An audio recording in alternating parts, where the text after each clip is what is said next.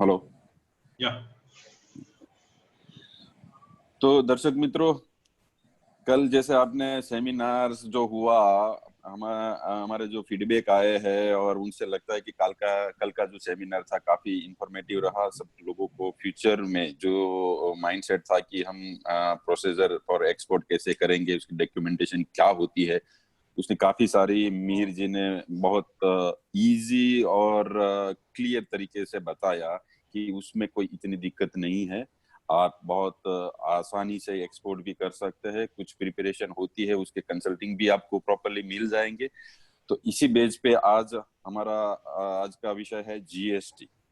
GST के विषय में भी आज मिहिर जी हमको पूरी तरह से डिटेलिंग से बताने वाले हैं कि भाई जीएसटी अगर हमको वापस लेना है एक्सपोर्ट में, क्या क्या उसकी फॉर्मेलिटीज प्रोसीजर होता है।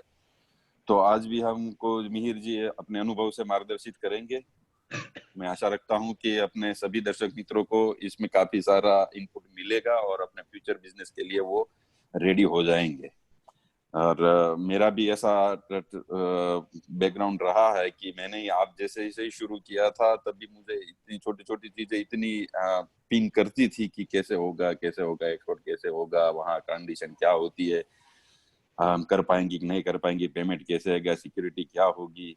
कल बहुत अच्छे तरीके से बताया। और इसमें मित्रों में मैं ऐसा अपने अनुभव से कहना चाहूंगा कि एक्सपोर्ट आप शुरू करेंगे, उसके जो खर्चे होंगे टैक्सेशन से रिलेटेड, डॉक्यूमेंट से रिलेटेड, वो खर्चे आराम से कवर हो जाएंगे। क्योंकि जब आप पूरा प्रिपरेशन करते हैं तो फाइनेंस भी इतना इजी मिलता है और उसमें गवर्नमेंट बहुत सारे इनिशिएटिव देती है।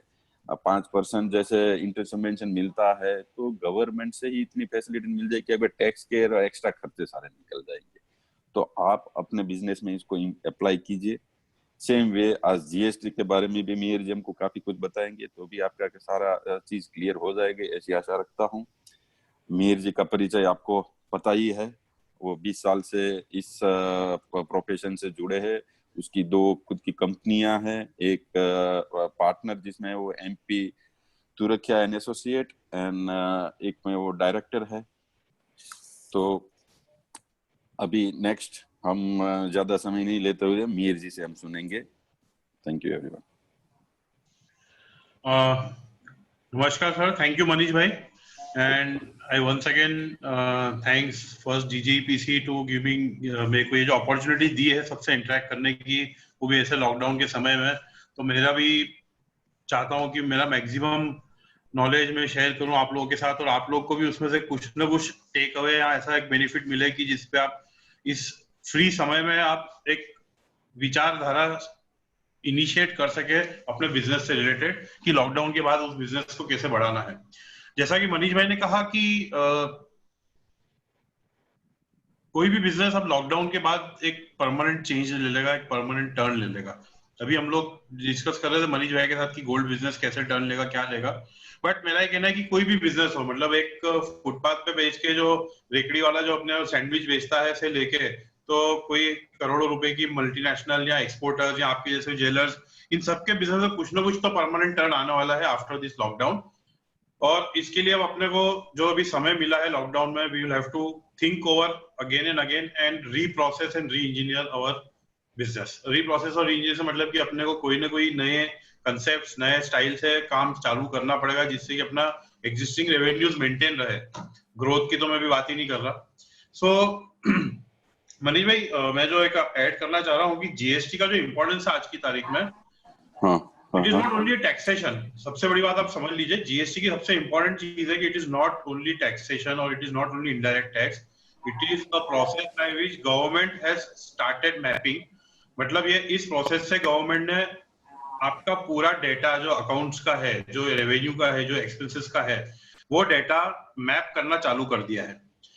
हर महीने आपको, पहले आपको याद हो तो बड़ी बड़ी पेडी में भी 2-3 महीने में एक बार अकाउंटेंट आके वो आपके बैग भर के जो चिट्ठियां रहती थी उसको बैठ के वो खाते लिख देता था, और आपके खाते वही होते थे जो 6 महीने में एक बार बनते थे, या कई लोगों के तो मार्च 31 को ही बनते थे, 30 मार्च को भी नहीं बनते थे। सो दैट थिंग, वो चीज अब नहीं हो सकती जीएसटी रेजिम में। जीएसटी रेजिम में हर महीने 30 तारीख को आपको सब क्लोज करना है। आपका जो परचेज है उसकी क्रेडिट क्लोज करनी है, जो सेल है उसकी सेल क्लोज करनी है, और आने वाले 10 तारीख और 20 तारीख की जो डेट्स है तब तक आपको ये सब रिटर्न्स फाइल करने विद ऑल द डिटेल्स। और अभी एक जो नया इनवॉइसिंग ई इनवॉइसिंग आया है, जो अब तो थोड़ा लेट हो जाएगा मेरे ख्याल से, उसके अंदर तो आपका रोज इनवॉइसेस भी अपलोड होंगे। वो तो अपने आप में एक बहुत डिफरेंट रेजिम हो जाएगा पूरा। बट मैं सभी व्यापारियों को ये रिक्वेस्ट करता हूँ कि जीएसटी आज की तारीख में केवल इनडायरेक्ट टैक्स न होके आपके बिजनेस का मिरर है, आपके बिजनेस का मैपिंग है, जो गवर्नमेंट आपसे चाहती है हर महीने। गवर्नमेंट का महत्व जो रिटर्न्स का है वो टैक्स की बजाय भी आपकी कंप्लीट मैपिंग है। हर बिजनेस का नेचर गवर्नमेंट के रिकॉर्ड में और खाते में आ जाता है जैसे ही आप जीएसटी या रिटर्न्स फाइल करते हो। एक दूसरा, जीएसटी में किसी भी टाइप का डिफॉल्ट अगर आप होगा तो आप ऑनलाइन ब्लैंक हो जाओगे, और जैसे ही आप ऑनलाइन ब्लैंक हो जाओगे आपके सप्लायर आपको माल देना बंद कर देंगे, आपके बायर्स आपसे माल लेना बंद कर देंगे। तो जीएसटी को बहुत सीरियसली लें सब व्यापारी को। सबसे पहले और सबसे इंपॉर्टेंट मेरी आज के प्रेजेंटेशन में रिक्वेस्ट है कि जीएसटी को बहुत सीरियसली लिया जाए। सीरियसली से मतलब ये नहीं कि आप टेंशन लो उस चीज का, बट आप उसके सिस्टम्स को रिस्पेक्ट करो, उसके लिए आप सिस्टम बनाओ आपके ऑर्गेनाइजेशन में कि आपके यहाँ पे हर दिन या हर जब भी जो अकाउंटेंट है वो उसको बराबर आपके यहाँ का रिकॉर्डिंग करे, परचेज का, सेल का, जो भी उसमें रिक्वायरमेंट है वो करे। और अगर आप ये चीज फॉलो करते हो तो जीएसटी से आसान टैक्स भी कोई नहीं है, ये भी मैं बता दूं। सबसे ज्यादा तकलीफ ही लोगों को ये हो रही है कि जो सिस्टम फॉलो करना पड़ रहा है उसकी आदत अभी तक नहीं पड़ी थी और वो अब आदत डालनी पड़ रही है। ये सिंपल है तो पहले पिताजी 1000 रुपए देते थे और आपसे हिसाब नहीं मांगते थे। अब पिताजी रोज रात को आपसे हिसाब मांगते हैं, क्या तूने कौन से पान गुटके में डाले और कौन से दारू में डाले ये बता।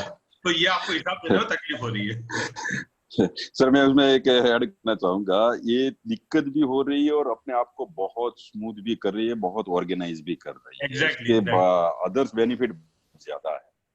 हाँ, ऐसा हमारा अनुभव रहा है। नहीं बिल्कुल, मैंने कहा ना सर, अगर आप सिस्टमैटिक हो जाओगे, आप सिस्टम को फॉलो करोगे तो इससे आसान टैक्स भी कोई नहीं है। एग्जैक्ट मतलब अगर क्रेडिटेबिलिटी बनती मैंने क्या बोला कि केवल आपको सुधरना है कि मेरे को अब रोज आपको पिताजी को हिसाब देना पड़ेगा। अब पहले जैसे गोलमाल नहीं चलेगा कि आज 1000 ले लिए, कल 2000 ले लिए, परसों 5000 ले लिए और हिसाब नहीं दिया। ना, तो सही है, बहुत अपने आप को अच्छा करेगा और अच्छी आदत है। यस, तो आप मैं सभी व्यापारी को खास ये बोलना चाहता हूँ कि सर क्या है, सभी हमने देखा है अच्छे बड़े बड़े पेड़ी में लोगों को अकाउंट से रिलेटेड इतनी सीरियसनेस नहीं थी, और होता था भी कर लेंगे देख लेंगे हो जाएगा, बट आप ऐसा ना करें, इसको सीरियसली ले। और एक बार आप 2 महीने के लिए सीरियसली लेंगे तो तीसरे क्वार्टर से दूसरे क्वार्टर से आपका एकदम स्मूथ लाइन हो जाएगा सब चीजें। और अगर इसमें कोई डिफॉल्ट होते हैं तो आप मेरी बात मान के चलिए कि ऐसा टाइम आएगा कि आप बिजनेस ही नहीं कर पाएंगे। इसलिए प्लीज इसमें डिफॉल्ट ना होने दे, जितना हो सके उतना आप इसमें कॉम्प्लायंट रहे। मैं आज के प्रेजेंटेशन में, चूंकि मैं मानता हूं कि आप लोग जितने भी ऑडियंस है मेरे, वो सब स्टेक होल्डर्स है, जहां तक ये सब खुद एंटरप्रेन्योर्स है, तो मैं जीएसटी के फॉर्मेलिटी पार्ट में बहुत ज्यादा डीप में नहीं जाऊंगा। मैं एक ओवरव्यू पिक्चर डोमेस्टिक का पहले बता दूंगा कि आपके यहाँ में किस टाइप के ट्रांजेक्शन होते हैं और उसमें आपको क्या करना है। जैसे गोल्ड में बहुत सारे ट्रांजेक्शन होते हैं, कोई पुराना गोल्ड लेके आया आपने उसको नया गोल्ड दे दिया, कोई पुराना गोल्ड लेके आया आपने उसको जॉब वर्क करके दे दिया, कोई रिपेयरिंग के लिए आपने रिपेयर करके दे दिया, कोई फ्रेश ज्वेलरी के लिए आपने फ्रेश ज्वेलरी दे दी, कोई ज्वेलरी के साथ कुछ कॉम्बिनेशन में प्रेशियस सेमी प्रेशियस लेने के लिए आया। So there are lot of situation. तो मैंने केवल सिचुएशन बेस्ड पीपीटीज बनाई है जो कि मेरे ख्याल से आपको लोगों को डायरेक्ट अपील करेगी। मैं शेयर भी कर लेता हूँ पीपीटी और I will start my PPT now. But जैसा मैंने कहा कि मैं आज भी ये चाहता हूँ पर्सनली कि प्लीज आप लोग सब जीएसटी को थोड़ा सा सीरियसली ले और इसको सिस्टम से फॉलो करें, तो आपकी लाइफ बहुत ईजी हो जाएगी और बिजनेस में भी बहुत आपको उसका डिफरेंस फील होगा। सो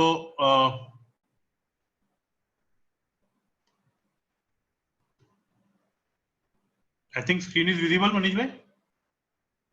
Yes sir, yes, it is good, it's good, दिख रहा है। Okay, fine. So GST provisions for jeweler.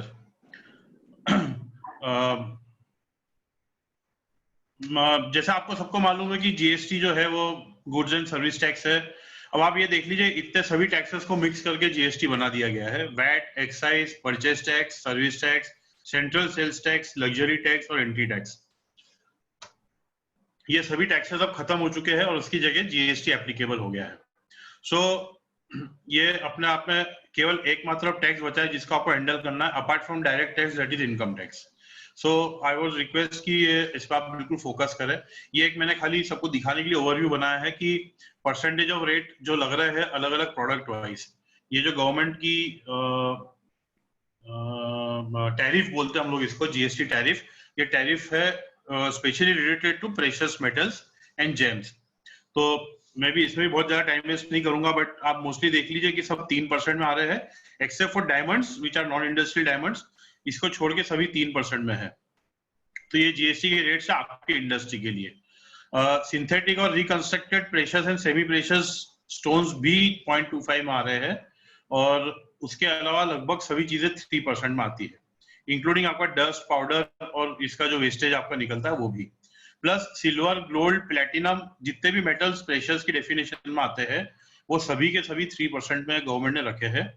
और जितने भी इमिटेशन की भी ज्वेलरी है, अगर मेरे को मालूम नहीं जीजीपीसी में इमिटेशन ज्वेलर्स है कि नहीं, बट इमिटेशन और हैंडमेड इमिटेशन ज्वेलरी में भी है इमिटेशन ज्वेलरी जीजीपी। ओके, जीजीपीसी में है क्या इमिटेशन वाले भी? जी हाँ, हमारा एक अलग से पैनल होंगे, है, costume fashion jewellery. Okay, fine. So this is our overview of the rate of tax. I will not go deeply into this. सबको 40 लाख से ऊपर जिसका टर्नओवर है उन सबको रजिस्ट्रेशन लाना अनिवार्य है। और मैं जहां तक समझ रहा हूँ गोल्ड में 40 लाख तो बहुत छोटा फिगर है, शायद कारीगर को छोड़ दे तो सभी लोग 40 लाख के ऊपर तो जाते ही होंगे। मैं इसके अंदर अब रजिस्ट्रेशन कैसे लेना, क्या करना, उसमें मैं ज्यादा टाइम वेस्ट सबका नहीं करना चाहता हूँ। मैं सीधे प्रोविजंस पे आ जाता हूँ, सिचुएशंस पे। Case loss in several scenarios. Case laws से मतलब कि आपको क्या करना है, किस टाइप की सेल में कैसे टैक्स लगाना है, उसका मैं आपको यहाँ पे एक छोटा सा प्रेजेंटेशन बताना चाहता हूँ। पहला सीन सिंपल मैंने लिया है, basic sales tax transactions, sales transaction, single price inclusive of making charges. अब आप लेफ्ट में देखेंगे तो दो चीज मैंने कंबाइन करी, सप्लाई ऑफ ज्वेलरी और मेकिंग चार्जेस। केवल मेकिंग चार्जेस 18% है, ये ध्यान रखिएगा, और सप्लाई ऑफ ज्वेलरी 3% है। लेकिन ये अगर आप कहीं आपके यहाँ पे ज्वेलरी बेचते हैं तो उस ज्वेलरी को आप कंबाइंड, उसको हम बंडल सप्लाई बोलते हैं या कंपोजिट सप्लाई बोलते हैं, क्योंकि आपने ज्वेलरी में गोल्ड खरीद के बेच रहे हो, आप उसमें बंडलिंग करके साथ में आप उसको कारीगरी या जो भी आप जॉब चार्जेस बोलते हो वो भी आप लगा रहे हो। तो बंडल सप्लाई में इट इज अलाउड कि आप टोटल ज्वेलरी को 3% में बेचो, including the making charges. So ये एक बहुत बेसिक टैक्स है। It is important to note that making charges should not be confuse with job work. यहाँ पे मेकिंग चार्जेस का मतलब है कि जब आप कोई ज्वेलरी बेचते हैं किसी कस्टमर को, किसी यूजर को, उससे जो चार्जेस लेते हैं उसको मेकिंग चार्जेस कहता है। जॉब चार्जेस से इसको कंफ्यूज न करें, क्योंकि जॉब चार्जेस का जो व्यवहार है वो आपके और कारीगर के बीच में जो व्यवहार रहेगा उसको जॉब चार्जेस माना जाएगा, न कि बायर के साथ। सेकेंड केस जो मैं यहाँ पे कवर करना चाह रहा हूँ वो है सेल्स ट्रांजेक्शंस में मेकिंग चार्जेस शोन सेपरेटली।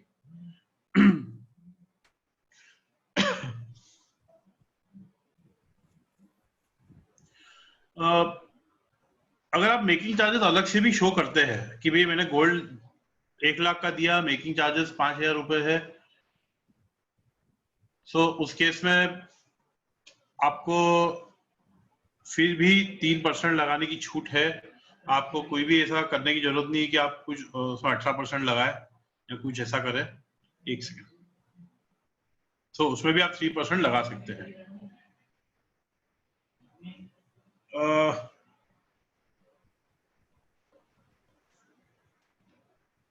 एक सेकेंड सर, मैं थोड़ा इसको मिनिमाइज कर देता हूँ।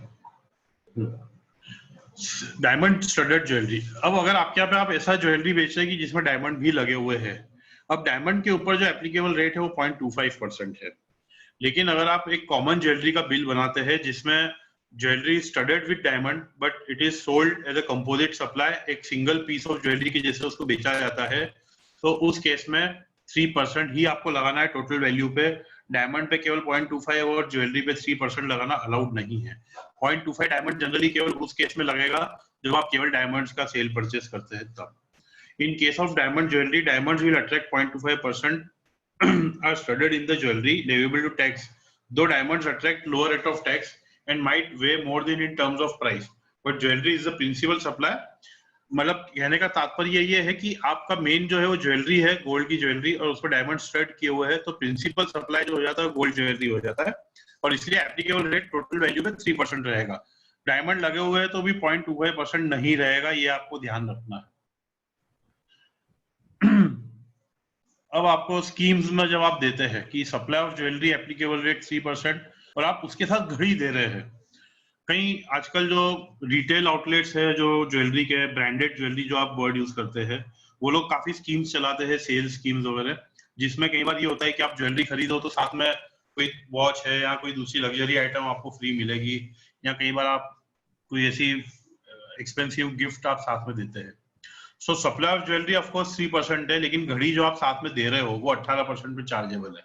अब इसके अंदर मिक्स सप्लाई कहलाता है, क्योंकि ये एक दूसरे पे डिपेंडेंट नहीं है। घड़ी को ज्वेलरी से कोई लेना देना नहीं और ज्वेलरी को घड़ी से कोई लेना देना नहीं, इसलिए उस केस में आपको 18% ज्वेलरी लगानी है। अब मैं आपको इसके अंदर एक इसका कैच बताता हूँ या इसका एक गली बताता हूँ। आपने एक चीज ऑब्जर्व करी होगी कि पहले जीएसटी के पहले के रेजिम में जब अपन कोई फ्रिज या टीवी खरीदने आते थे तो साथ में जो फ्री आता था वो एब्सोल्युटली फ्री आ जाता था। आजकल अगर आप जाएंगे तो एक स्कीम आ गई है आजकल की, अगर आप 1 लाख का टीवी लोगे तो 5,000 वाला वॉशिंग मशीन आपको 500 रुपए में देंगे। तो they will charge you some amount, very small figure they will charge, पर they will charge you something. इसका मतलब ये है कि उसका चार्ज अलग लिया जाता है, तो उसके ऊपर जो 18% लगा है वो केवल उतने अमाउंट पे लगेगा और आपकी ज्वेलरी पे केवल 3% लगेगा। तो यहाँ पे मैं आपको कहना जो चाह रहा हूँ वो ये है कि अगर आप ज्वेलरी के साथ कोई स्कीम चला रहे हैं कि आप घड़ी फ्री दे रहे हो या कोई भी गिफ्ट दे रहे हो, उसका आप एक nominal figure 99 rupees, 299 rupees, 199 rupees आप कस्टमर से चार्ज करके ले लो।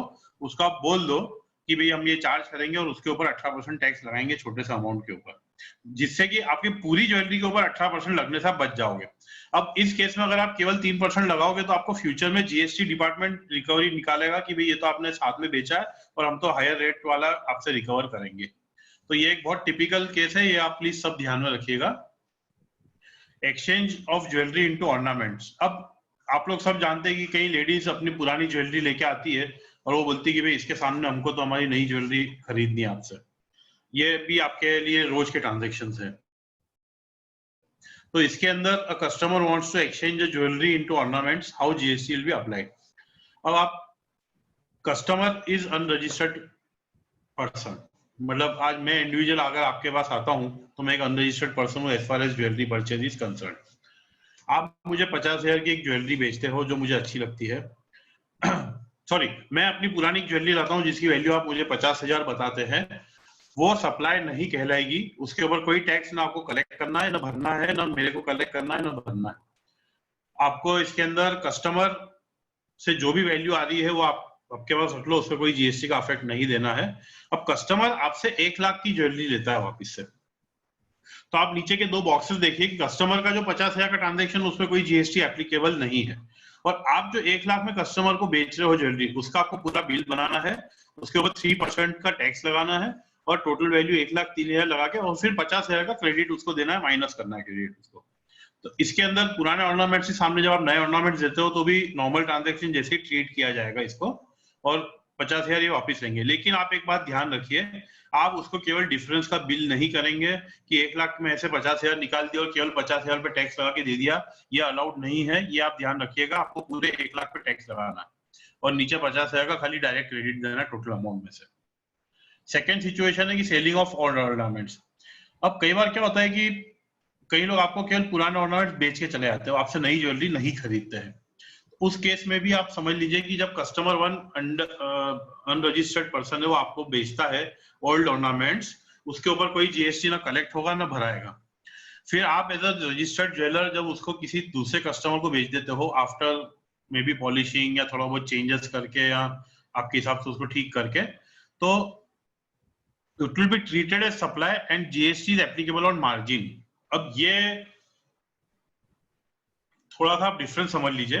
देयर आर सर्टेन ज्वेलर्स जो पुरानी ज्वेलरी को एज इट इज ठीक करके बेचते हैं, ये केवल उनके ऊपर एप्लीकेबल है। पुरानी ज्वेलरी में किसी भी तरीके का मेजर चेंजेस नहीं होना चाहिए। अगर आप पुरानी ज्वेलरी मेल्ट करके उसको नई ज्वेलरी में कन्वर्ट करके बेचते हो तो वो ये केस नहीं है, वो आगे दूसरे केस में आएगा। ये केस वही है कि पुरानी ज्वेलरी एज इट इज थोड़ी बहुत पॉलिशिंग या थोड़ा बहुत ठीक करके या रिपेयर करके आपने वापिस किसी कस्टमर को बेच दिया, उस केस में आपको पुराने परचेज का रजिस्टर रखना है और सामने जब आप नए इस ठीक करने के बाद इसको जब बेचते हो तो केवल आप डिफरेंस पे मतलब मार्जिन पे आप selling price minus buying price के ऊपर आप पैसे भर सकते हो जीएसटी के। GST is applicable on margin if following conditions are fulfilled, that used goods are sold as such से मतलब वैसे के वैसे, या बहुत माइनर प्रोसेसिंग करने के बाद, जिससे कि उसका बेसिक नेचर चेंज नहीं हो। यदि हार आया है तो हार वैसा का वैसा ही दिखना चाहिए जैसा दिख रहा था। और दूसरा, आप पुरानी कोई इनपुट टैक्स क्रेडिट उसमें नहीं लोगे। तो मेरा ये मानना है कि बहुत जो छोटे लेवल पे ये पुरानी ज्वेलरी का काम करते हैं शायद उनके एप्लीकेबल है, मोस्टली जिनके शोरूम्स है नई ज्वेलरी का, वहां पे तो ये सिस्टम शायद फॉलो नहीं होता होगा, but just for the sake of knowledge मैंने ये शेयर करा सबसे। नेक्स्ट सिचुएशन है कि अप्रूवल बेसिस। आज कई अच्छे कस्टमर्स आपके पास अप्रूवल के बेसिस पे ये लोग ले जाते हैं। तो एक ज्वेलर है स्टेट ए में और दूसरा कस्टमर है स्टेट बी में, jewellery on approval basis under delivery challan. इस केस में अगर आप पैसे नहीं ले रहे हो सामने वाले से तो आपको डिलीवरी चालान देना पड़ेगा। बिना डिलीवरी चालान के आप उसको अप्रूवल पे ज्वेलरी मत दीजिएगा। और व्हेन सप्लाई अल्टीमेटली अगर वो अप्रूवल के लिए गई है और वो कस्टमर बोलता है कि हाँ साहब मेरे को अच्छी लगी और ये मैं रख ले रहा हूँ, तो आपको टैक्स इनवॉइस इशू करना है। When supply fructifies issues tax invoices charging IGST. तो जब भी वो फाइनल हो जाए सप्लाई, तो उसके अंदर आपको ये करना पड़ेगा कि आप उसको टैक्स इनवॉइस बना दो। इसके अंदर मैं थोड़ा सा ये भी कहना चाहूंगा कि अगर अप्रूवल बेसिस पे जाता है तो एक टाइम लिमिट गवर्नमेंट ने दी हुई है कि कोई भी चीज 6 महीने के अंदर या तो उसका इनवॉइस बन जाना चाहिए, या वो अगर अप्रूव नहीं होता है तो within 6 month it should come back to the original supplier. ये इंपॉर्टेंट फैक्टर है जो आपको ध्यान रखना पड़ेगा। और अगर ये वापस आता है अप्रूवल के बिना तो आपको विद इन 6 मंथ आना चाहिए, ये ध्यान रखिएगा। अगर ये 6 महीने के अंदर नहीं आता है तो रूल्स ये बोलते हैं कि ज्वेलर को उसके ऊपर टैक्स भरना पड़ेगा, और जब भी वो वापस आएगा तब वो वापस टैक्स को क्रेडिट ले सकता है, अन्यथा उसको टैक्स भरना अनिवार्य है। अब ये चीज अगर कोई गवर्नमेंट एजेंसी या जीएसटी के डिपार्टमेंट ये चीज अगर आइडेंटिफाई कर लेता है तो ये आपसे इंटरेस्ट भरवाएगा अगर आप 6 महीने के अंदर वो अप्रूवल होके वापस नहीं आए होंगे तो।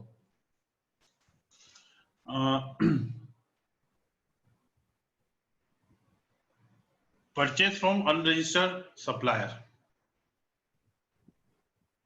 Supply from unregistered person, sorry. एक इंडिविजुअल पर्सन है जो अनरजिस्टर्ड है, वो ओल्ड ऑर्नामेंट्स ज्वेलर को देता है जो कि रजिस्टर्ड है, और वो उसको पैसे देता है उसके। तो इसके ऊपर कोई भी रिवर्स चार्ज नहीं लगेगा। आज की तारीख में उसके ऊपर रिवर्स चार्ज नहीं है, हालांकि उस पर एक्ट में डाला हुआ है रिवर्स चार्ज, बट उसको एग्जाम किया हुआ है। तो आप इसमें कंफ्यूज ना हो और उसके ऊपर किसी भी टाइप का रिवर्स चार्ज या कोई भी टैक्स भरने की आपको आवश्यकता नहीं है।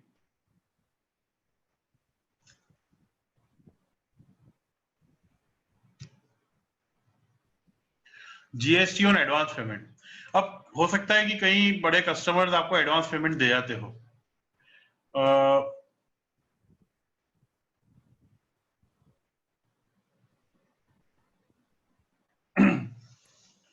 जीएसटी और एडवांस पेमेंट का मतलब ये है कि जैसे मैं आपको पहले 5 लाख दे गया कि भाई ये मेरा हार आप बुक कर लीजिए या मेरे को मंगवा दीजिए, तो रूल ये कहता है कि आपको जब भी एडवांस जिस महीने में मिला है आपको उसी महीने में उसके ऊपर टैक्स भरना पड़ेगा, जीएसटी। इसके लिए 2 चीजें करी जा सकती है।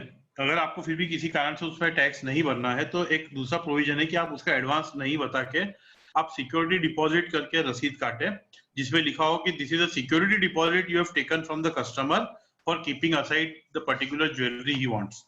सो सिक्योरिटी डिपॉजिट में किसी भी टाइप का जीएसटी नहीं है।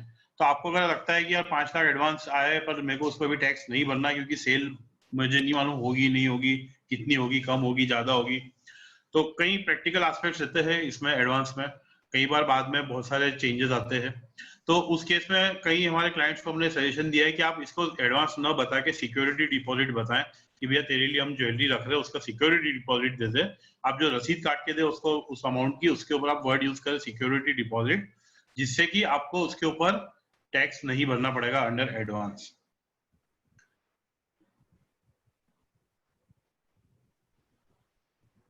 अगर आप कस्टमर के से आप किसी भी और नाम से भी अगर कुछ रिकवर करते हैं, फ्रेट चार्जेस, कुरियर चार्जेस या किसी भी और नाम से आप पैसा लेते हैं कि ये मेकिंग या जो भी हो, packing charges, remaking charges, whatever, तो वो सभी आपको उस केस में आपको सभी पे टैक्स भरना पड़ेगा, आपको कोई भी छूट नहीं मिलेगी।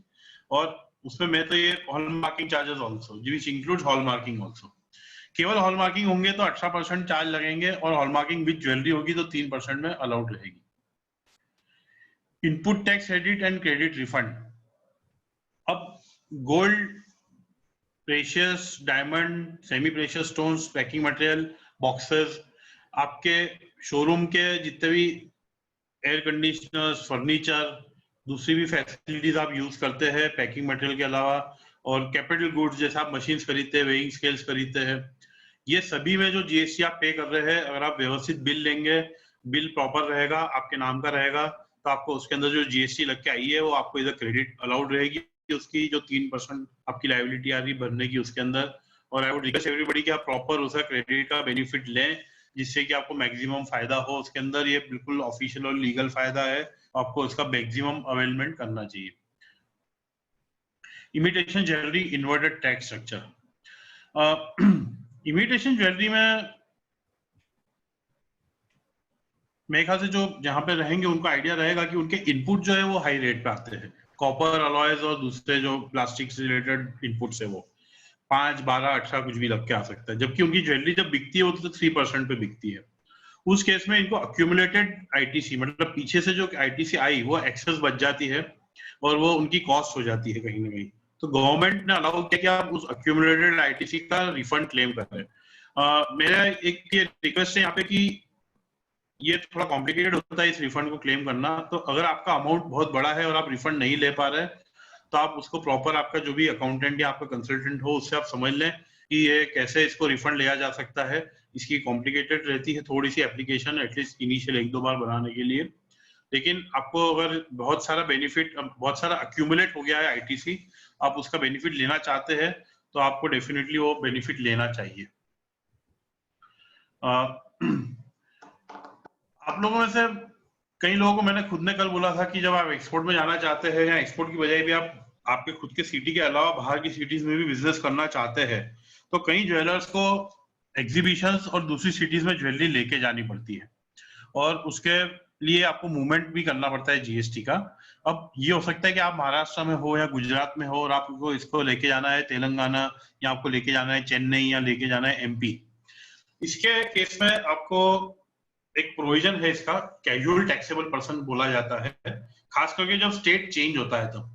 तो आपको उस कैजुअल टैक्सेशन पर्सन का आपको रजिस्ट्रेशन लेना पड़ेगा और उसके प्रावधान के अंतर्गत आपको जितनी ज्वेलरी ले जानी है वहां पे बेचने के लिए, अगर आपको केवल एग्जीबिशन के लिए ले जानी है तो आपको कोई टैक्स भरने की जरूरत नहीं है। आप उसको एग्जीबिशन में ले आके कुछ पर्टिकुलर नंबर ऑफ डेज में वापस लेके आ जाए, डिलीवरी चालान में लेके जाए, बिल ऑफ सप्लाई में, और वापस लेके आ जाए, कोई टैक्स भरने की जरूरत नहीं है। और अगर आपको लगता है कि आप एग्जीबिशन में जा रहे हो वहां पे सेल होगा, तो अप्रोक्सीमेट सेल का जो टैक्स बन रहा है वो आपको अपफ्रंट एडवांस में भर के और फिर जाना है। इसके भी प्रोविजंस थोड़े से टिपिकल है, तो ये मैं अभी ज्यादा डिटेल में डिस्कशन नहीं करना चाहूंगा, ये casual taxation person for exhibition purpose. But ये जब भी आप ऐसा करें तो there is a provision by government और आप उसको प्रॉपर प्रोसीजर को फॉलो करके उसका बेनिफिट ले सकते हैं।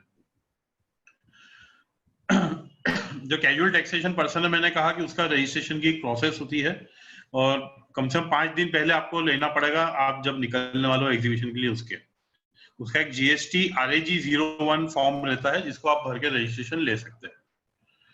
तो ये बेसिक डोमेस्टिक से रिलेटेड मैंने एक बहुत बेसिक पॉइंट्स कवर किए हैं। मैंने इसमें कारीगर से रिलेटेड और जॉब वर्क से रिलेटेड पॉइंट्स कवर नहीं किए हैं। मेरे ख्याल से अगर पांडे जी मुझे कहेंगे तो मैं उसको कवर कर सकता हूँ आज, और अगर वो आपको लगता है कि वो अभी आज की तारीख में कवर करना इतना रिलेवेंट नहीं रहेगा तो मैं एक्सपोर्ट अंडर जीएसटी जो है गोल्ड जो ज्वेलरी का एक्सपोर्ट होता है उसमें थोड़ा सा पॉइंट्स कवर करता हूँ। सर ठीक है सर, आगे कंटिन्यू करिए, अगर लोगों की डिमांड आएगी, मैं क्वेश्चन आंसर सेशन देख रहा हूँ हाँ, तो क्योंकि मेरे पास कारीगर का भी पीपीटी है, अगर वो देखना हो तो वो मैं दिखा सकता हूँ अगर सबकी डिमांड आएगी तो। सर कितने मिनट टाइम लगेंगे, उसमें ज्यादा टाइम नहीं जाना हो, दिखा दीजिए। नहीं, मैं 10 मिनट में कवर कर सकता हूँ, ऐसा कुछ नहीं है। Okay sir. तो मैं दिखा दूंगा कि फिर एक्सपोर्ट्स पे पहले जाए, या पहले एक्सपोर्ट कर लेते फिर कर लेते अपन उसको, ठीक है सर, ठीक है सर, ओके सर, पहले एक्सपोर्ट एक बार कवर कर लेते हैं। ठीक है सर, ठीक है। सो एक्सपोर्ट में मैंने कल जैसे आप लोगों को कहा था कि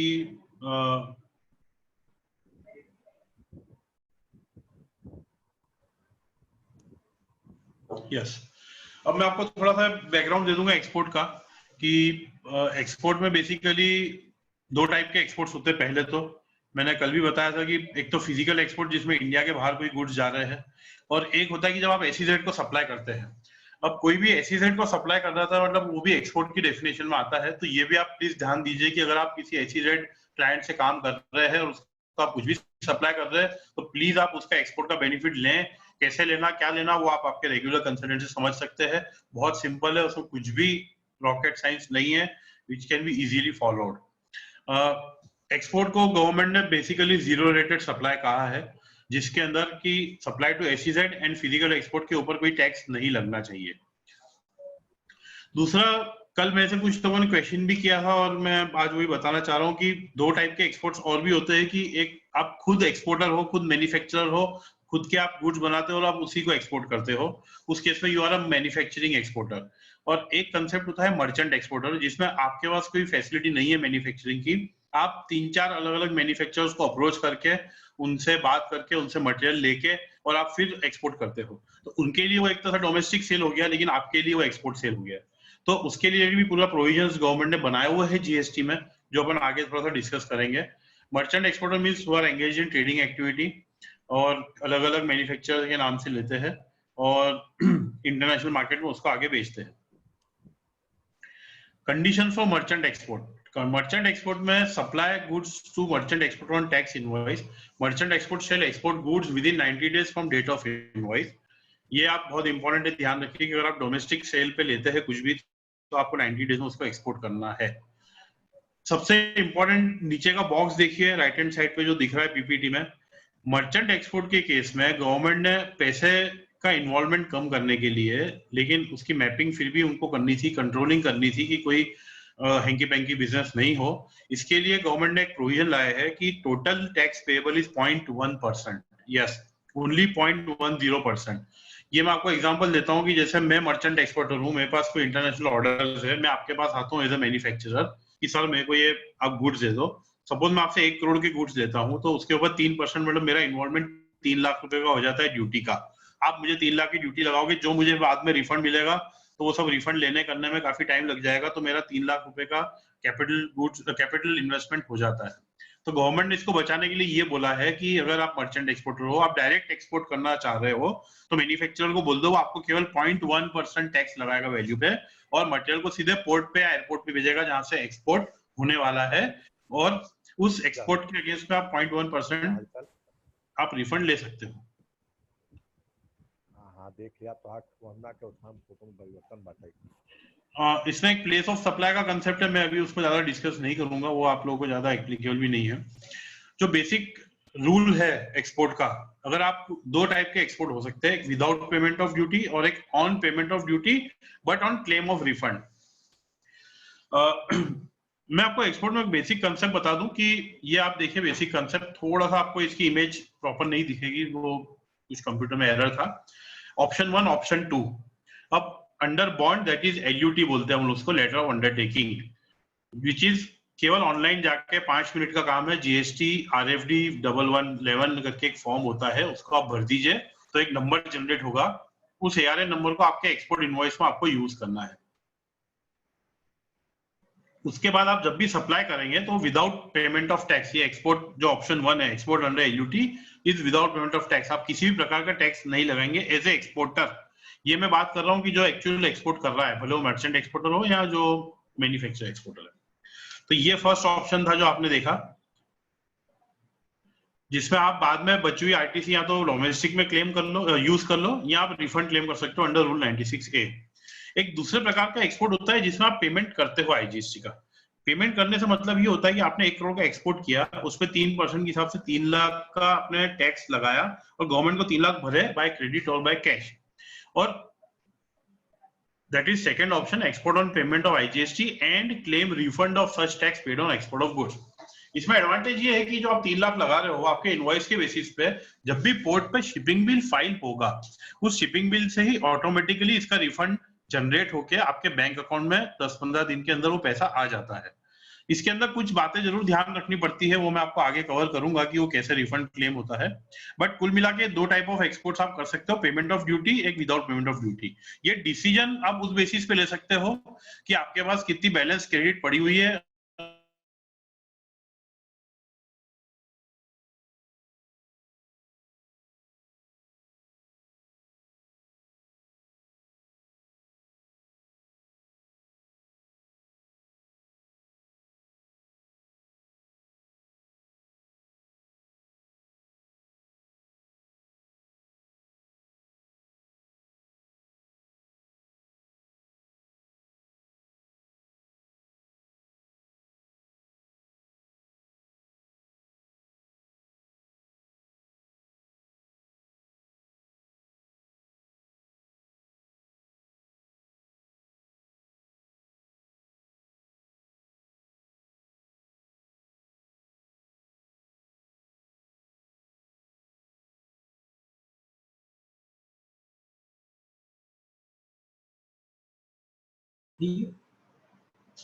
आई थिंक बीच में इंटरनेट डिस्कनेक्ट हो गया था, मैं फिर से कर लेता हूँ, एक सेकेंड। सो अब आवाज आ रही है पांडे जी मेरी? हाँ, आपकी आवाज आ रही है। हाँ, वो बीच में शायद इंटरनेट डिस्कनेक्ट हो गया। हाँ जी, हाँ जी, हाँ जी, हाँ जी। मैं रिपीट कर देता हूँ। तो जो अपन ने 2 टाइप ऑफ एक्सपोर्ट्स देखे, उसके अंदर आप रिफंड में जा सकते हैं। पहले तो रिफंड टाइप सेलेक्ट करना पड़ता है, और आप उसको कैसे जाना, मैं अभी आपको इस रिफंड की प्रोसीजर में डिटेल में नहीं जाऊंगा क्योंकि काफी टाइम लग जाएगा, तो आपके क्वेश्चन आंसर रह जाएंगे। बट मेरा ये कहना है कि 2 टाइप ऑफ रिफंड है, एक जो पीछे से आईटीसी बची आप उसका रिफंड ले सकते हैं। दूसरा, आपने अगर आईजीएसटी पे करके एक्सपोर्ट किया है तो आप उसका रिफंड डायरेक्ट आपको कस्टम से आ जाएगा शिपिंग बिल फाइल करते से। The shipping bill itself is a claim application, और जैसे ही आपका रिटर्न 3B आप फाइल करोगे और उधर शिपिंग बिल फाइल हुआ पड़ा होगा, तो आपस में मैच करके आपका रिफंड जनरेट कर देगा। ये भी बहुत बढ़िया प्रोसीजर गवर्नमेंट ने बनाई है। IGST refund amount would be credited directly to the exporter's bank account by PFMS. तो ये आपको मैंने कुछ रीजंस भी दिए हुए हैं, मेरे ख्याल से पांडे जी आपसे शेयर कर लेंगे। कई लोगों के ऑटोमेटिक रिफंड आ नहीं रहे हैं, वो क्यों नहीं आ रहे हैं उसके मैंने यहाँ पे रीजंस लिखे हुए हैं, और उसके आगे सॉल्यूशंस भी दिए हुए हैं। ये भी बहुत इंपॉर्टेंट प्रोविजंस है, और अगर आप पांडे जी से ले लेंगे पीपीटी तो आपको इसके अंदर ये इसका सॉल्यूशन मिल जाएगा काफी कुछ। गवर्नमेंट ने एक और ये प्रोविजन दिया है कि आप जब रिफंड क्लेम फाइल करें तो 90% रिफंड आपको अपफ्रंट 7 डेज में मिल जाना चाहिए। तो मेहर जी पीपीटी दिख नहीं रही है, पीपीटी। अच्छा, एक मिनट, सॉरी, तो मेरे को लगता है वो मेरे को उसको वापस से, अच्छा शेयर स्क्रीन फिर से करना पड़ेगा और डिस्कनेक्ट हो गया था ना। जी हाँ, एक मिनट, सो सॉरी।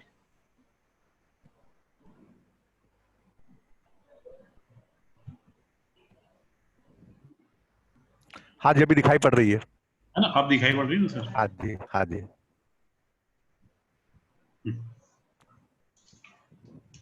तो मैं जो कह रहा था सर कि प्रोविजनल आप बिगनिंग से जहां से पीपीटी नहीं थी सर, मुझे लगता है 1-1.5 मिनट पहले से आप थोड़ा बैक से जाएंगे तो बेटर रहेगा, क्योंकि वो चीजें लैप्स हुई है लोगों को। ठीक है, मैं एक सेकंड पीछे आया हूँ फिर से। मैंने जैसे कहा था कि 2 टाइप के रिफंड्स होते हैं। एक तो कि आप बिना टैक्स के अगर आप एक्सपोर्ट करो तो पीछे से जो आईटीसी बचा उसका आप रिफंड ले सकते हो, और अगर आप टैक्स पेमेंट करके करोगे तो उसका ऑटोमेटिक रिफंड आपको कस्टम से आ जाएगा। तो जब पहला वाला प्रोसीजर है वो प्रोसीजर काफी डिटेल्ड है, ये मैंने यहाँ पे कवर अप तो किया है, बट मैं अभी उसको डिटेल में समझाने जाऊंगा तो काफी टाइम लग जाएगा। तो आई वुड रिक्वेस्ट कि मैं अभी इसको स्किप कर देता हूँ। लेकिन जो उसका रिफंड क्लेम है आपको 90% गवर्नमेंट अपने आप दे देती है विद इन 7 डेज, और बचा हुआ 10% ऑन सबमिशन ऑफ डॉक्यूमेंट्स। ये काफी सिंप्लीफाई कर रखा है, हालांकि फिर भी बहुत लोगों की कंप्लेंट है कि हमारे रिफंड्स टाइम पर नहीं आ रहे हैं। दूसरा जो रिफंड है वो है कि जब आप आईजीएसटी पेमेंट करके एक्सपोर्ट करते हो तो जो शिपिंग बिल बनता है और उसके बाद उस महीने का जब 3B फाइल होता है तो ऑटोमेटिक आपस में जो सिस्टम है उसको मैच करके आपने जो आईजीएसटी पेमेंट किया है एक्सपोर्ट के इनवॉइस पे उसका रिफंड क्लेम ऑटोमेटिकली पास करके आपके बैंक अकाउंट में ट्रांसफर आ जाता है। IGST refund amount is credited directly to the exporter's bank account by PFMS. ये भी बहुत ब्यूटीफुल सिस्टम है, तो आप अगर ये सिस्टम से जाते हैं तो मेरे ख्याल से कोई प्रॉब्लम नहीं आनी चाहिए, ऑटोमेटिक रिफंड आपके बैंक अकाउंट में आ जाएगा। हालांकि इसमें जो प्रॉब्लम्स आ रही है वो मैंने यहाँ पे लिस्ट आउट करी है कि मिसमैच जब होता है जीएसटी या 103B में, या SB 003 एरर आती है, या शिपिंग बिल में रॉन्ग मेंशन आ जाता है इनवॉइस के अमाउंट का, तो उस केस में आपका रिफंड रुक जाता है। ये सॉल्यूशंस मैंने इसमें दिए हुए हैं, जो डिफिकल्टीज आ रही है। तो ये मेरे ख्याल से पांडे जी जो भी रिक्वायरमेंट जिसको रहेगी उसको ये शेयर कर देंगे, तो उसको काफी हेल्प मिल जाएगी इससे। तो ये एक बहुत मैंने फास्ट ओवरव्यू लिया था जिसका रिफंड एक्सपोर्ट प्रोसीजर लिया था। अब अगर पांडे जी अलाउ करते तो मैं कारीगर वाली पीपीटी 2 मिनट बता दूं कि फिर क्वेश्चन आंसर ले सर लें? बिल्कुल बताइए सर, बिल्कुल। है ना, तो मैं हाँ कारीगर सर, वाली ही बता देता हूँ। Okay, yes sir.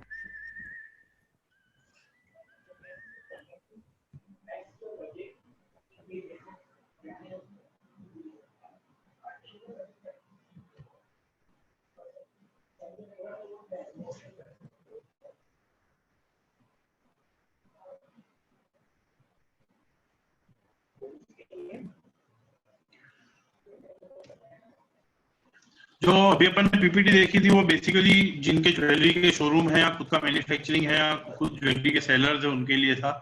अब जो मैं यहाँ पे बताना चाह रहा हूँ वो है बेसिकली कारीगरों के लिए, कि जब आप एज अ जॉब वर्कर हो या आप किसी जॉब वर्कर से डील करो। मेहर जी, कारीगर का जो प्रेजेंटेशन है ना, अभी ओपन नहीं हुआ है, तो बेटर होगा कि ओपन होने के बाद स्टार्ट करें कैसे?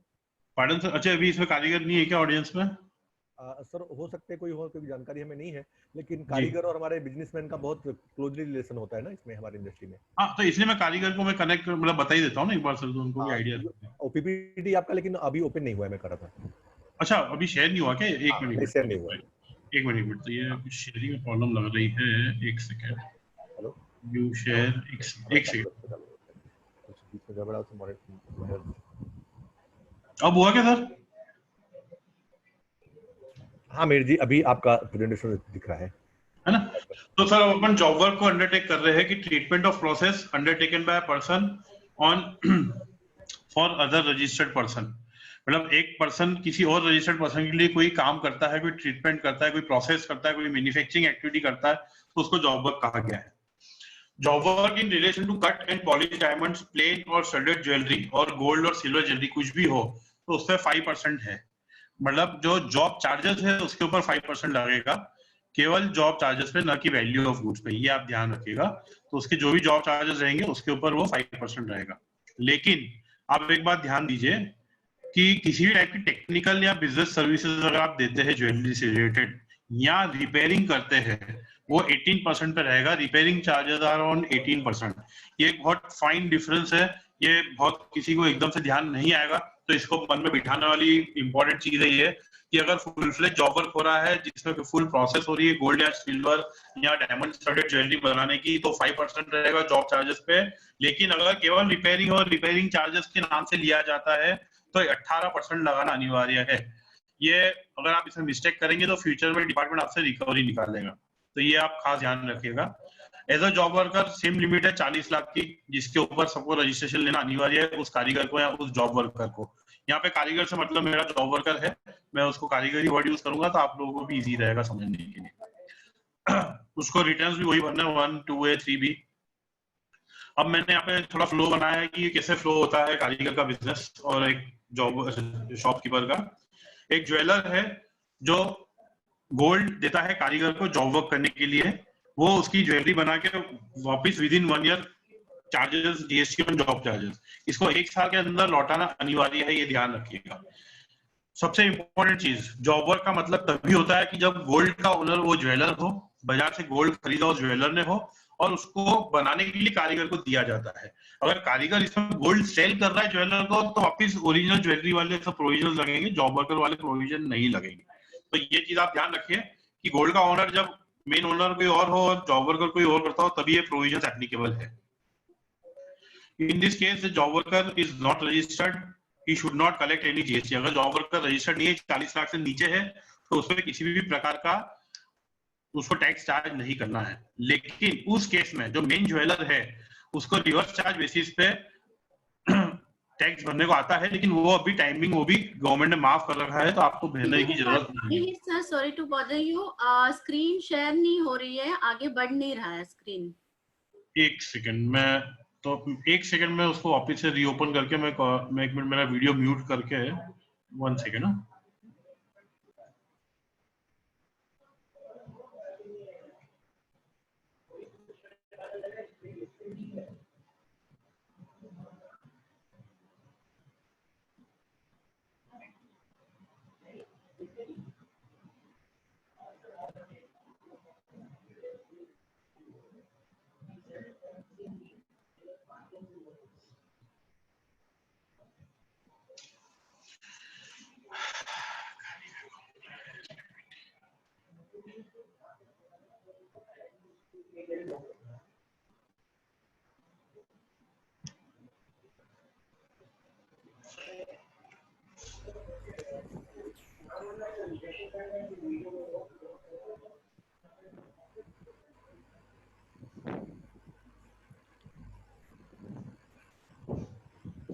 मेरे ख्याल से अब शेयर हो रहा है क्या? अभी शेयर हुआ है आपका, हाँ ठीक है। लेकिन एक एक स्टेप आगे बढ़िए, देख के समझ में आएगा कि नेक्स्ट स्लाइड पे जा रहा है कि नहीं। हम्म, जीएसटी प्रोविजन ऑफ कारीगर जॉब वर्कर, वो हेडिंग आ गया। ठीक है, ये जीएसटी लिखा हुआ आ गया, ठीक है ना, ये दिख रहा है पूरा, हाँ जी, ठीक है ना? हाँ जी, हाँ जी। ठीक है, चलो। तो मैंने अभी तक जो कहा वो तो सबने सुन ही लिया है। एक बार आप रिपीट कर दीजिए सर, क्योंकि जब दिखता नहीं है तो लोगों को थोड़ा उसमें कंफ्यूजन हो सकता है। ओके, ठीक है, फाइन। सॉरी, थोड़ा सा वो मेरे ख्याल से कुछ फाइल की एरर थी, इसलिए मैंने री अपलोड कर दिया उस फाइल को। तो ये सर, मैं जो भी कारीगर से रिलेटेड, मतलब जॉब वर्कर से रिलेटेड मैं जो ले रहा हूँ, इसमें सबसे इंपॉर्टेंट बात समझने की ये है कि कोई भी जॉब वर्कर दो टाइप के काम करता है। कि जॉब वर्कर का सबसे पहले सबसे इंपॉर्टेंट पॉइंट समझ लीजिए कि the owner of that original Boolean और गोल्ड इज द ज्वेलर और समबडी एल्स, और जॉब वर्कर केवल मात्र उसके ऊपर काम कर रहा है, उसकी ज्वेलरी बना रहा है। He is not the owner of the gold, so is not selling the gold. अगर कोई जॉब वर्कर किसी कारण से गोल्ड सेल कर रहा है तो वो सेल ऑफ गोल्ड में आएगा, वो कारीगर में नहीं आएगा। लेकिन इसमें छोटा मोटा कहीं बहुत टाका वगैरह करने में, कहीं पे जो इनडायरेक्टली मटेरियल जो लग रहा है और जॉब वर्क में जो गोल्ड लग रहा है वो अलाउड है। अलग से गोल्ड, पूरे उस गोल्ड की जो वेट है उतना गोल्ड बेचना अलाउड नहीं है। तो सबसे इंपॉर्टेंट बाइफर्केशन आप ये ध्यान रखिए कि यहाँ पे दो टाइप के रेट्स चलते हैं जॉब वर्कर में। अगर आप किसी ज्वेलरी को पूरा बना रहे हैं, किसी भी टाइप की ज्वेलरी कंप्लीट प्रोसेस कर रहे हैं, कंप्लीट मेल्ट करके एक ज्वेलरी बनाई जाती है, तो उस पर जॉब चार्जेस जो आप लिए जाते हैं उसको केवल 5% चार्ज करना है ऑन दी जॉब चार्जेस। लेकिन अगर आप रिपेयरिंग कर रहे हो कि कोई आपके हार आया, आपने दो टाके लगा के वापस दे दिया, उसके 500 रुपए ले लिए, उसके ऊपर 18% लगाना है। ये दो रेट चल रहे हैं, ये आप ध्यान रखिए। अगर किसी का काम दोनों का है बहुत अच्छा खासा, तो आपको ये बाइफिकेशन रखना पड़ेगा, क्योंकि अगर डिपार्टमेंट ने ये चीज बाद में अगर आइडेंटिफाई करी तो आपसे डिफरेंशियल टैक्स लिया जाएगा। तो ये बहुत इंपॉर्टेंट बाइफिकेशन है, please keep in mind. Pandey ji, I think अभी ये विजुअल सर थोड़ा सा आपका पीपीटी फिर से नीचे नहीं जा रहा है, वहीं पे जीएसटी प्रोविजंस पे रुका हुआ है। ये जीएसटी का रेट नहीं दिख रहा है क्या इसके अंदर? नहीं सर, नहीं सर। ये क्यों ऐसा प्रॉब्लम हो रहा है? एक सेकंड,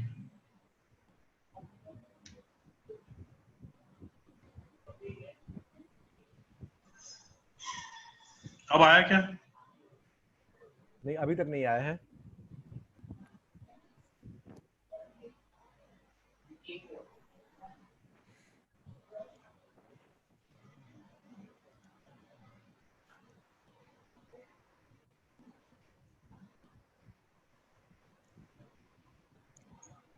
अब आया? नहीं सर, अभी तक नहीं हुआ है, कुछ इशू आ गया है। एक मिनट, पूरा ही बंद करके वापस चालू करता हूँ तो इसको।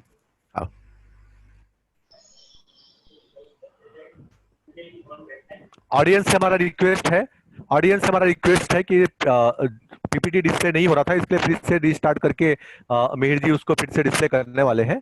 थोड़े समय तक आप हमारे साथ में प्लीज बेयर करें।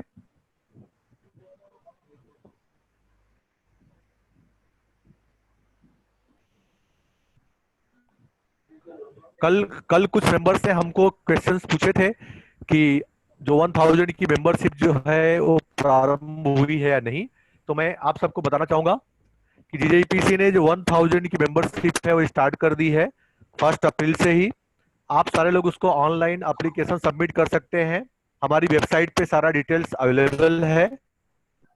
और जैसे ही लॉकडाउन खत्म होगा उसके बाद हम पूरे प्रॉपर ढंग से ऑफिस फंक्शनल हो जाएगी। लेकिन आपको अगर अभी मेंबरशिप लेना है तो भी आप अपना पेमेंट्स करने के बाद में अपनी रिक्वायर्ड डिटेल्स ईमेल से हमें भेज सकते हैं। ईमेल से आपका जो भी इंफॉर्मेशन हमें प्राप्त होगा उसको वेरीफाई करके हम आपको इमीडिएट मेंबरशिप इशू कर देंगे। और जैसे ही लॉकडाउन खत्म होगा आपको ओरिजिनल डॉक्यूमेंट जीजेपीसी में सबमिट करना रहेगा। पांडे जी, हाँ जी जी सर, आपका फर्स्ट स्लाइड दिखा, आप नेक्स्ट पे जाइए ना सर, दूसरी स्लाइड पे, जिससे एक बार समझ में आ जाए। हाँ, प्रेजेंटेड बाय सी मिहिर। हाँ, इंट्रोडक्शन जीएसटी, ये वो चार्ट आ गया जीएसटी, सर्विस टैक्स का ये सब का आ गया, जॉब वर्क। हाँ ये अब मेरा अब ठीक हो गया है ना? हाँ बिल्कुल। हाँ मैं यहाँ पे था, मैं यहाँ से स्टार्ट कर देता हूँ। हाँ 5% रेटिंग 5%। तो सर मैं जो कह रहा था कि ये जॉबर के लिए एक सर जो कंफ्यूजन पॉइंट है, मैं क्या थोड़ा सा डिस्प्यूट वाले पॉइंट बताता हूँ ताकि लोगों को ध्यान रहे कि क्या दो रेट ऑफ टैक्स चलते हैं अगर आप फुल फ्लेज जॉब वर्क कर रहे हैं। पहली बात तो जॉब वर्क का तात्पर्य ये है कि गोल्ड का ओनर कोई और हो, मतलब ज्वेलर हो जो आपको गोल्ड देता है जिसके ऊपर आप आपकी कारीगरी करते हो। इसके केस में एक सेकंड में मेरा वीडियो शायद ऑफ कर रखा था, मैं मेरा वीडियो ऑन कर देता हूँ। एक second sir, start video. Yes, तो जॉब वर्कर के केस में जो ओनर है गोल्ड का वो अलग रहता है, वो गोल्ड देता है, इस पे बुलियन देता है जॉब वर्क करने के लिए और बनाने के लिए जॉब वर्कर को, उसको जॉब वर्कर कहा जाता है। अगर जॉब वर्कर कोई पूरे वेट का गोल्ड अगर सेल करता है तो वो भी ज्वेलर की डेफिनेशन में फॉल कर जाएगा as far as GST is concern. और दूसरा, कोई भी जॉब वर्कर अगर रिपेयरिंग करके देता है और बिल पे रिपेयरिंग चार्जेस लिखता है तो उस पर 18% टैक्स लगाना है, ये आप ध्यान रखिए। और अगर किसी गोल्ड को लेके उसकी ज्वेलरी बना के देता है पूरी की पूरी तो उस पर केवल मात्र 5% है जॉब चार्जेस के ऊपर जीएसटी। तो ये बाइफर्केशन बहुत ध्यान रखने योग्य है, क्योंकि अगर आपने रिपेयरिंग करके भी 5% भरा तो गवर्नमेंट आपसे डिफरेंशियल टैक्स लेगी। रिपेयरिंग का मतलब है कि जो हार आया उसको एज इट इज आपने थोड़ा बहुत रिपेयरिंग करके दे दिया, उसका बेसिक फॉर्म चेंज नहीं हुआ है। और जॉब वर्क का मतलब है कि जो भी बुलियन आया उसके बेसिस पे आपने पूरा एक नया ज्वेलरी बनाया जो भी आपको बोला गया था। कारीगर को भी सेम रूल है जीएसटी के कि 40 लाख के टर्नओवर के ऊपर आपको टैक्स भरना है, आपकी एलिजिबिलिटी आ जाती है टैक्स भरने की और रजिस्ट्रेशन लेने की। उसकी दूसरी फॉर्मेलिटीज भी सब सेम है रिटर्न फाइलिंग की, जिसमें मैं भी टाइम वेस्ट करना नहीं चाहूंगा सबका, और अपन एक सीधे आ जाते हैं कि इस पे कैसे लगेगा। एक ज्वेलर जॉब वर्क के लिए बुलियन भेजता है जॉब वर्कर को, जो कि विद इन 1 ईयर लौटाना आवश्यक है। जॉब वर्क के अंदर ये ध्यान रखिए कि 1 साल के अंदर या तो ज्वेलरी बन के वापस चली जानी चाहिए ज्वेलर को, या जो गोल्ड आया था वो एज इट इज वापस चला जाना चाहिए। इसके ऊपर 5% से केवल जॉब चार्जेस के ऊपर कारीगर टैक्स लगाएगा और चार्ज करेगा ज्वेलर से। ज्वेलर उसका क्रेडिट भी ले सकता है। एक छोटा सा मैं पॉइंट यहाँ पे सबको याद दिलाना चाहूंगा कि अनरजिस्टर्ड ज्वेलर है और आपको कोई टैक्स नहीं लगाता है तो ज्वेलर के ऊपर रिवर्स चार्ज लायबिलिटी आती है बेसिक सेक्शन 94 के हिसाब से, लेकिन उसको अभी टाइमिंग एग्जाम किया हुआ है तो अभी तो उस पर कोई रिवर्स चार्ज नहीं लगेगा। लेकिन ज्वेलर्स याद रखे कि फ्यूचर में ये कभी ना कभी वापस आएगा रिवर्स चार्ज, और उनको फ्यूचर में अनरजिस्टर्ड जॉब वर्कर्स के जॉब वर्क कराने पर उसके ऊपर रिवर्स चार्ज में टैक्स की लायबिलिटी क्रिएट होगी, लेकिन आज की तारीख में वो फ्री है। एक दूसरी सिचुएशन है हमने यहाँ पे जो कवर की है कि ज्वेलर डिलीवरी चालान से कारीगर को गोल्ड देता है, कारीगर उसको प्रॉपर्ली बना के उसके हिसाब से वापस डिलीवरी चालान से ही लौटाता है ज्वेलर को। इसमें मैं ये भी बता दूं कि 2 कारीगर को अलग अलग भी इन्वॉल्व करना अलाउड है, कि आपने एक कारीगर को जो डिलीवरी चालान में माल दिया उस कारीगर ने उसके डिलीवरी चालान पे दूसरे कारीगर को दिया, दूसरे कारीगर ने वापस पहले वाले कारीगर को लौटाया, और वैसे ही वाइस वर्सा वापस ज्वेलर के पास आया। इन सब में अगर इनपुट गुड्स की बात करें तो उसकी जो लिमिट है वो है 1 साल, जो मैंने आपको ऊपर बताई। लेकिन अगर आप कोई मशीन देते हैं किसी कारीगर को, मतलब एज अ ज्वेलर आपके पास कोई मशीन है जो आप कारीगर को देते हो कि भाई ये मशीन यूज करके तू ज्वेलरी बना, तो वो ज्वेलरी 3 साल तक उस कारीगर के यहाँ पे रखी जा सकती है बिना कोई टैक्स भरे। और the above limit is not applicable to molds and dyes। ये मैंने बॉटम में एक छोटा सा नोट लिखा हुआ है। अगर आप मोल्ड और डाई देते हैं तो उसमें कैपिटल गुड्स उसको नहीं माना गया है और उसको विद इन 1 ईयर वापस लौटाना पड़ेगा कारीगर को। उसका एक दूसरा तरीका ये है कि कारीगर 1 साल के बाद वापस एक रिटर्न का चालान बना दे और वापस एक नया चालान उनसे ले ले तो फिर से 1 साल की लिमिट मिल जाएगी। Making charges and job work. अब एक कस्टमर है जो अनरजिस्टर्ड है, वो कोई गोल्ड देता है किसी ज्वेलर को, वो ज्वेलर किसी कस्टमर के लिए वो बोलता है कि मेरे को केवल रिपेयरिंग करानी है, गिव्स गोल्ड, और वो गोल्ड कच्चा गोल्ड देता है मतलब, और ज्वेलर उसको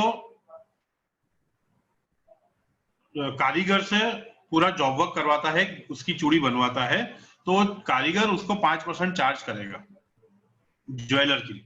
लेकिन एक सबसे इंपॉर्टेंट बात आप ये समझ लीजिए कि जब ज्वेलर कस्टमर को चार्ज करेगा तो चूंकि वो गोल्ड तो कस्टमर का था, लेकिन ज्वेलर रजिस्टर्ड पर्सन है, और ज्वेलर जब कस्टमर को जो डिफरेंस चार्ज करेगा उस चूड़ी को बनाने के चार्जेस, उसके ऊपर 18% जीएसटी लगेगा।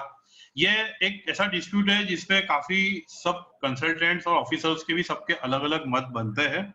लेकिन मेरा ये सजेशन है पर्सनली, अगर आप मेरे से पूछे तो जब कोई गोल्ड लाके दे आपको, कच्चा गोल्ड, कोई कस्टमर, और आप उसको सामने चूड़ी बना के देते हो उसी गोल्ड की, तो जो आप चार्जेस उससे लेते हो कन्वर्ट करने के, उस पर आप 18% जीएसटी लें।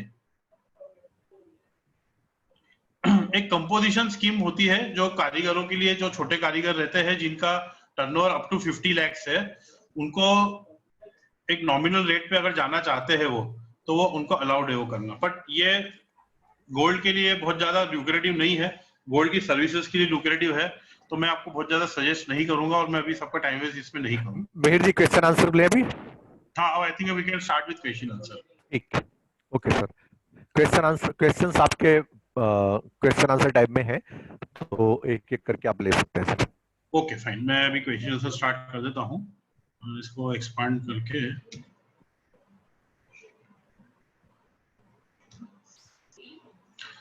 In terms of export, what about GST paid by merchant to manufacturer?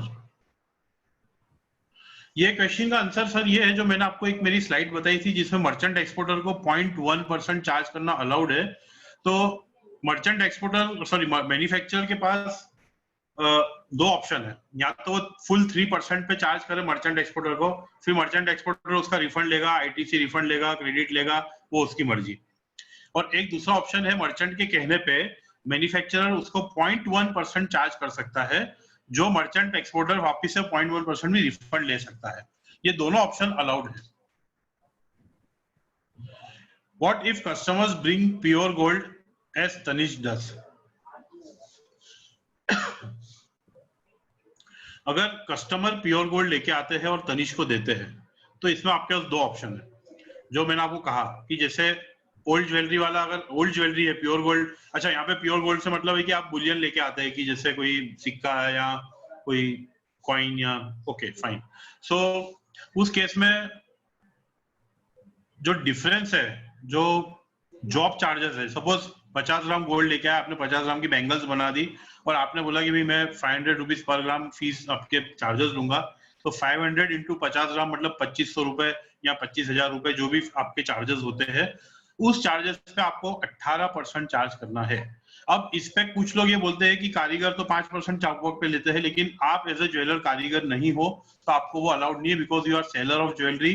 अगर आप किसी को जॉब वर्क चार्जेस ले रहे हो, किसी कस्टमर से जो गोल्ड ला के देता है, उसके जॉब चार्जेस पे 18% चार्ज होगा। What if we have not sell regarding March? If you are not sell in March, April in lockdown period, then in which month GST return? Sir इसमें return तो आप 30 जून तक भरा जा सकता है, उसका नोटिफिकेशन आ चुका है, लेकिन मार्च और अप्रैल का जो टैक्स का पेमेंट है, अगर कोई कैश पेमेंट आता है आपका टैक्स का, वो आप नियमित तारीख को भर दीजिए, क्योंकि केवल ऑनलाइन भरना है, तो आप घर बैठे भी भर सकते हैं। और अगर आप वो नहीं भरते फिर भी किसी कारण से, और जून में भरते हैं, तो कैश कंपोनेंट के ऊपर आपको 9%, जो कि कंसेशनल रेट है इंटरेस्ट का, फुल रेट 18% है, उसके सामने केवल आधा मतलब 9% से इंटरेस्ट लगेगा, वो भी केवल उतने दिन का जितने दिन आपने लेट किया है बस। ऋषभ माहेश्वरी जी का क्वेश्चन है, can you throw some light on old gold purchase again please? Sir old gold purchase बहुत सिंपल है। आप अगर किसी से ओल्ड गोल्ड परचेज करते हैं तो दो ऑप्शन है। मैं आपके पास आया पुराना गोल्ड लेके, तो एक तो मैं बोलता हूँ बस आप तो मुझे पैसे दे दो, ये पुराना गोल्ड रख लो, आपने पैसे लेके मेरे को दे दिया, ट्रांजैक्शन वही खत्म हो गया, उसके ऊपर भी कोई टैक्स चार्जेस ना मेरे को भरना है ना आपको भरना है। एक दूसरा ऑप्शन है कि मैं पुराना गोल्ड लेके आया आपके पास और आपने एक काम करा कि आपने मेरे को सामने एक नई गोल्ड ज्वेलरी दे दी। उस केस में आपको नई गोल्ड ज्वेलरी की फुल वैल्यू पकड़ के उस पर 3% का बिल बनाना है, उस फुल वैल्यू को ऐड करके माइनस जो मैंने आपको पुरानी ज्वेलरी दी है उसकी जो भी वैल्यू, उसका जो भी आकलन आपने वैल्यूएशन किया है उसको उतना माइनस करके आप मेरे से नेट पेमेंट वापस ले सकते हो। लेकिन इंपॉर्टेंट चीज इज कि नए ज्वेलरी के फुल वैल्यू पे टैक्स की लायबिलिटी क्रिएट होगी जो आप कस्टमर से रिकवर करें। हरीश कथुरिया जी का क्वेश्चन है, if advance is received for exports is GST applicable? अगर एक्सपोर्ट के लिए है एडवांस, तो मैं ये मानता हूं कि आपको फॉरेन एक्सचेंज में आया होगा वो एडवांस, तो वो फ्री है। फॉरेन एक्सचेंज में आया हुआ एडवांस फ्री रहेगा फॉर 90 डेज। अगर 90 डेज से ज्यादा टाइम होता है तो एक्सपोर्ट की डेफिनेशन में फॉल नहीं करके आपको उस पर टैक्स भरना पड़ेगा। तो अगर फॉरेन एक्सचेंज में आता है तो यस, लेकिन अगर इंडियन रुपीज में कोई एडवांस मिलता है, भले वो एक्सपोर्ट के अगेंस्ट में है, उनकी कोई लोकल इंडिया के ऑफिस में उनको दिया है, तो उस पर टैक्स आपको भरना पड़ेगा, ये अनिवार्य है, ये आप ध्यान रखिए। So advance if received in foreign exchange it is free, otherwise it is taxable. Anurag Garg ji है, प्लीज कवर कारीगर ऑल्सो। मैंने कारीगर का वैसे कवर तो कर लिया छोटा सा, लेकिन मेरे ख्याल से अगर कोई भी क्वेरी हो आपको तो आप फिर भी पूछ सकते हैं। इज बेटर टू कवर कारीगर and job work details, already covered. About sale to foreign tourist, payment in US dollar, on time arrival in India.